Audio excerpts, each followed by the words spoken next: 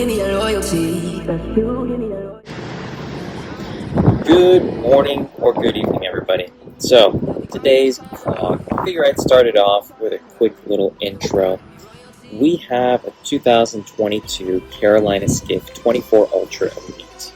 We bought it here, I'd say last March, and it's been an awesome time. We've always wanted a boat, but since we moved out to the Outer Banks and I moved home with my family, I figured, you know what, it would be great to have something to go in the water. So we ended up deciding to get a newer skiff. We got a pretty good deal on it, but there's a few things that need to be upgraded.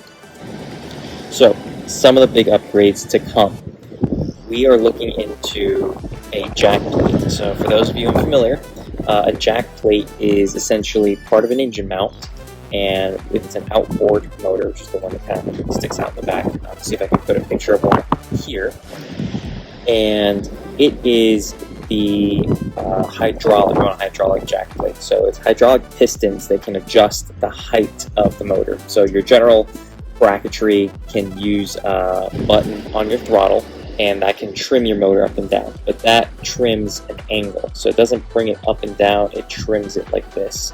So imagine if the motor is like this, the propeller is going this way, you're going that way, so it's going this way.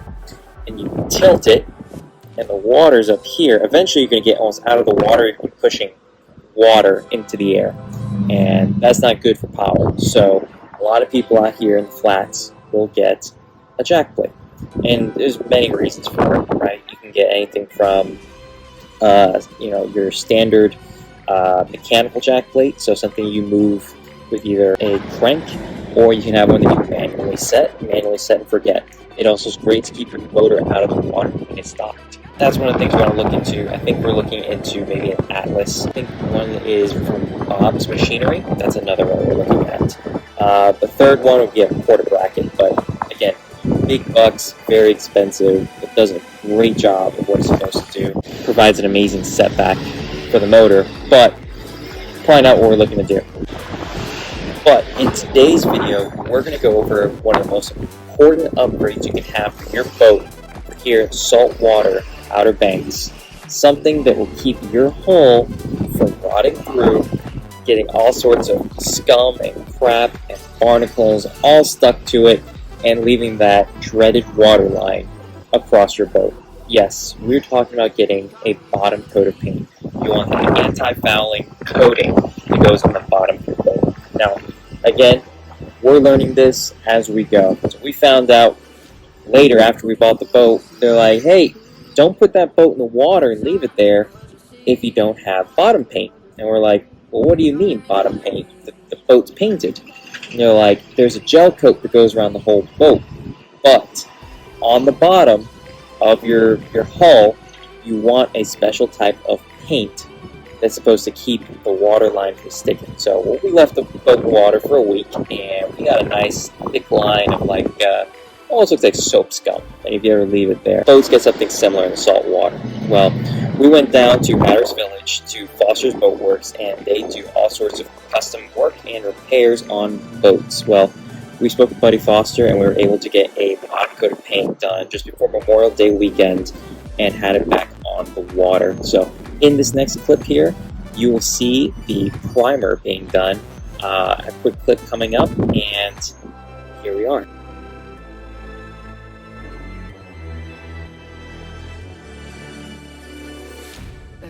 Give me your loyalty. Cause I'm taking the world, you'll see. They'll be calling me. They'll be calling me royalty.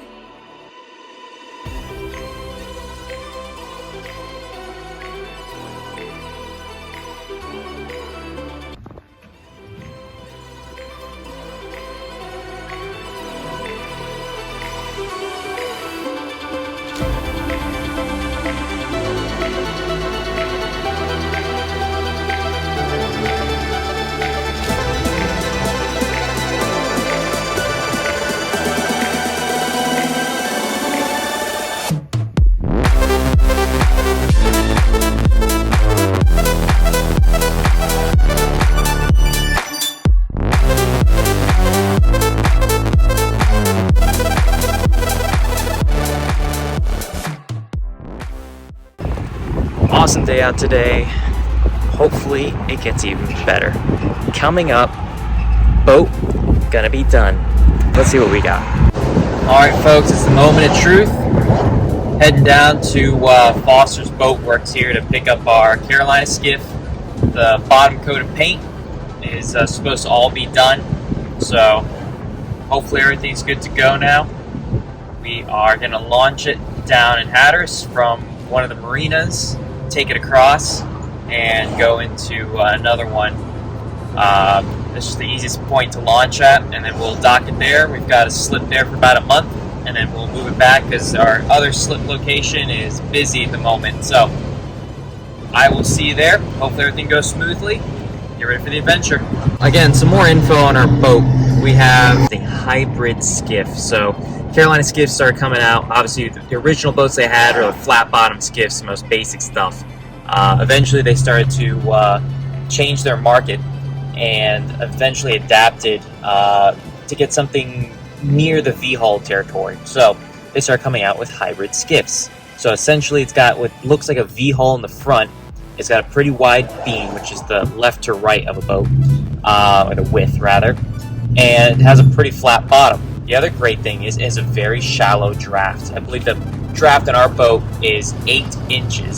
So 8 inches of water, theoretically, with the correct load, how they tested it, it will float. That's all we need is 8 inches of water, and we shouldn't run aground. Obviously, load it down, extra fuel, extra gear, extra people, and it brings that down a little bit. So we try to stay in at least a foot to foot and a half of water. Jack plate is the next step. Boats come painted, of course, so they've got their whole color, and it's usually finished in gel coat. But when you leave your boat in the water for an extended amount of time, it's going to get a lot of corrosion, a lot of grime that built up on the bottom, eventually even barnacles. I think it's called fouling is what they consider it. So one of the big things to do is you paint the bottom of your boat. It's a special anti-fouling coating that they put across the bottom just above where the water line is. So when the boat normally sits at rest in the water, the paint should go just above that water line. So depending if it's a little bit heavier and if the boat is sinking down a little bit lower in the water, you're not going to get that corrosion directly on the fiberglass and the gel coat. So we went with a gray gel coat tonight, something not too bright, not too crazy. And we did it there at Foster's. That's down in Hatteras, North Carolina. So we will see. We've seen some pictures from afar. It looks good. We're going to inspect the boat, make sure she's good to go. Drain plugs in and all the good stuff. We're going to grab some keys from home and go start her up.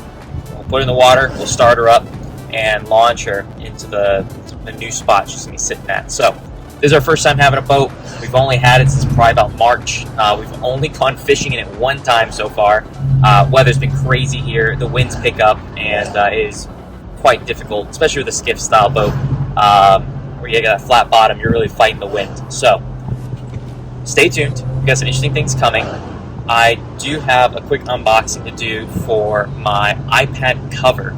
I don't have the iPad yet. It has been delayed, but John hopefully has my bag. We actually might be passing him heading down the island.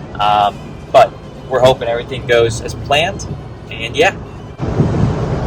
Quick crazy story. I was at work today. Power starts going out. Generator kicks on. We're sitting there working. The internet's out. Power goes out and switches back off the generator, back onto the main grid. And it did this a couple times. And we're like, what the hell's going on? Come to find out, a kite surfer ran his kite into a power line over Highway 12, which is just wild. So, kite surfers out there, if there's any watching, you guys probably know the 12th strip, the spot between, I think it's like Hallover, which is between Buxton and Avon. That strip right there is always kite surfers, always dudes hanging out, and it's cool as hell to see. It's one of my favorite scenes while I'm driving down the island. Like, I just love looking over and being like, yeah, I live here. But do you guys always worry about a strong gust pushing you into a power line? Is that something you guys just roll with? Because I can't even fly an RC helicopter next to a tree without worrying it's going to go right into that tree. So, do you guys do kite surfing? Drop it in the comments. What do you guys worry about when you're out there? Here's the finished product.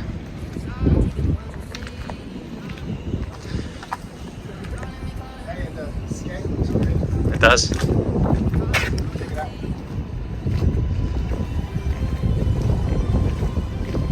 Yeah. It's very good.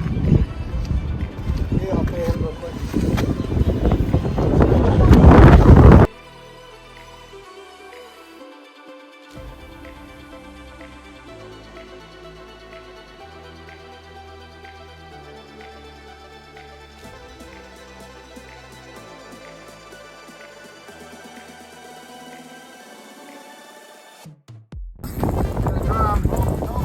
Bring it over here.